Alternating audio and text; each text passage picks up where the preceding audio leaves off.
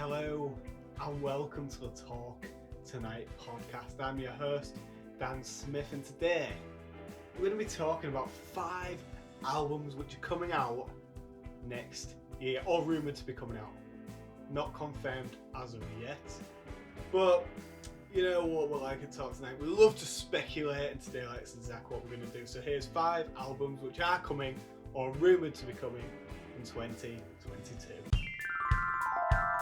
It's Talk Tonight, the podcast of delights, and don't you know it? Talk Tonight, it's Talk Tonight. Kicking off with an obvious shout, we have Foals. A divisive band, it's fair to say. You either love them or you hate them. They are really the Marmite of the indie world. Or if, like me, you've never really gone into their back catalogue of songs, so you don't really have an opinion on them. I don't really have an opinion on Marmite. I've never tried it. I am well aware of the big Foals hits, and I will be attending their UK tour next summer, and I'm incredibly excited for that. So with the UK tour in preparation, it's fair to say an album will be coming along with that. And Yanis said so himself with an interview with NME. Mediums, but I would say that the music that's coming over the next year is all, you know, we were thinking about parties and partying and going out records and records that would take us to the beach and like just be, you know, the antithesis of what was going on at the time when we were writing. So all of it shares a kind of confetti cannon type hands in the air vibe. He stated that a party-ready album is recorded, it's in production, and it will be coming out. So it's only just a matter of time before that announcement, and we're all looking forward to it. And in number 4, we've got Blossoms. As we all know, Blossoms have been incredibly consistent with releasing an album every 2 years since they burst onto the scene in 2016. And I can't imagine 2022 is going to be any different to the Stockport locals. Despite not being on the bill for many festivals when this has been recorded, it is very safe to presume that a new album is on the way and a new single has already been released in August this year. To be honest, Blossoms are one of my favourite bands, I can't wait. That said, Foolish Loving Spaces wasn't my favourite album of theirs, definitely the weakest so far, so I'm hoping they can sort of pick off where album 2 left off and get back onto form with the new release coming in 2022, hopefully. In number 3, we've got, you know, I hate to go back to them, it's Catfish and the Bottlemen with their new album, The Fall. No, I don't know what it's going to be called, but I think it's safe to say Catfish and the Bottlemen right now, they're a weird one, you know, they're one of the biggest talking points, yet no one's talking about them. Are they together? Are they broken up? Are they going to continue as a band? We don't know. And to be honest, that's a real negative of the band. Why aren't they putting anything out there to suggest that they are staying together? Obviously Bob Hall, the drummer, has left, and again, radio silence from the band, which has been the case essentially since before COVID in 2020. So I mean, first of all, they would have lost a lot of fans. I think they did after that third album as well, and yeah, it's going to be a weird one, but I feel like their radio silence can mean 2 things. It either means that the rumours are true, they are breaking up, or it means that a new album is on the way. And I feel like that is what is going to be happening in 2022. In number 2, one of my favourite artists growing up, and he still is to this day. He's released 4 amazing albums, and it's been 5 years since the last one came out. I am of course talking about Jamie T. So as I just mentioned, it's been a long 5 years since Trick came out, and although that wasn't up to the standard of his first 3 albums, it still did provide us with great tracks such as Power Over Men, Drone Strike, Tesco Land, Power Over Men and Sign of the Times. Come to think of it, it's actually quite a good album. But it does seem like fans are becoming restless again. Another hiatus for Jamie T. 5 years for fans of an artist, it's a long time to wait for new music.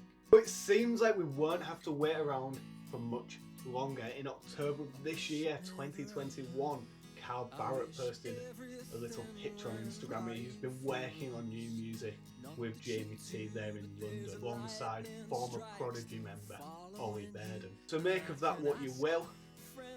For me, I have a hunch that finally Jamie T will be making his long-awaited comeback with a new album in 2022.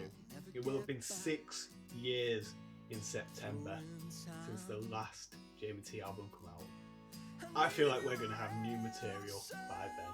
And in number 1, the best band in the world. I will be seeing these live as soon as their UK tour gets announced. The Arctic Monkeys from Margaret Sheffield. It's less of a rumour and more than just a matter of time before this album gets announced and gets released. Ever since Matt Helders did that little interview with NME, excitement has been rife within the Arctic Monkeys fan base. Recording this on the day that it was announced that Arctic Monkeys are going to be playing at Reading and Leeds, I think it would be fair to assume that they will have new material out by then.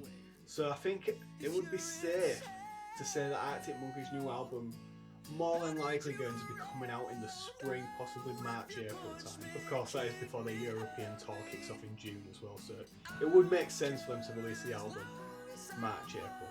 It's been a long 3 years since Tranquility Base was released, and that really did divide the fan base down the middle.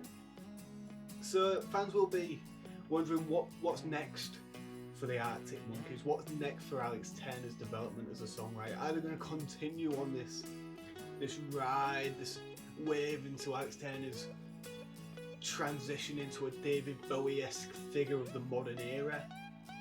Or will they do what fans are desperate for them to do and go back to their roots and been 18 and singing about having scraps and waiting for the taxi after a good old club night? I mean, if we're being honest, it's not going to happen. They've come too far, they've developed too much. And if that's what you're hoping, and if you're thinking this next album's going to be that, then you're not going to be impressed. Because that is not going to happen. But if you're like me, and you think that Tranquility Base is one of the best albums of the last 10 years, then you're probably going to be really excited. So time will tell. And 2022, if these 5 artists all release an album, will be an incredibly strong year to music. So that is the 5 albums I believe are going to be coming out in 2022. There are a few other artists which could have given a mention to, such as Red Hot Chili Peppers, Stereophonics, Tame Impala, but I feel like we've covered the 5 main ones there. Who do you want to release new music next year? Let me know in the comments below. And just a quick shout out to the main man, Harry, who's been doing some exceptional work on the podcast. We've got some great things coming out soon. So yeah, make sure you subscribe for all the great content coming up, and I'll see you next time. Trait. Yeah. So yeah, people tend to be the same. I mean, we're a little more like mainstream in the UK than we're considered in the US. In the US, we're definitely more of like an indie band. Yeah. But yeah, I think people are fundamentally pretty similar all over the place. Yeah, I would say. Because I mean, you just mentioned about why people are drawn to We Are Scientists, and that is presumably because you've got a song for every mood. So you've got a song for if you're going through a breakup and you've got that heartache, or if you're going down to the beach and it's a nice sunny day, you're going to a gym. Is that the band making a conscious effort to sort of not hold yourself back and just make sure you've got a song for every single mood, and bringing in that vast variety of people? It's definitely not a. I mean, I would say the only sense in which it's a conscious decision is that, having too many similar songs would make things awfully boring for everyone, us, the audience. But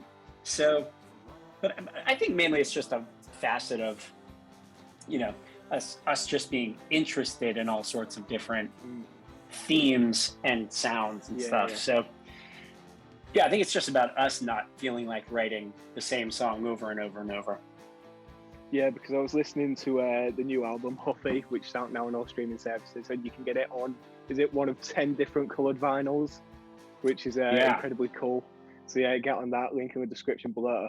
I was listening to it. I was listening to Sentimental Education, and I got quite a dancey feel to it. I could definitely see it in a club. I don't know. Is that something that you've tried to do? Make it a bit more upbeat, get people on the feet, getting that 2-step going.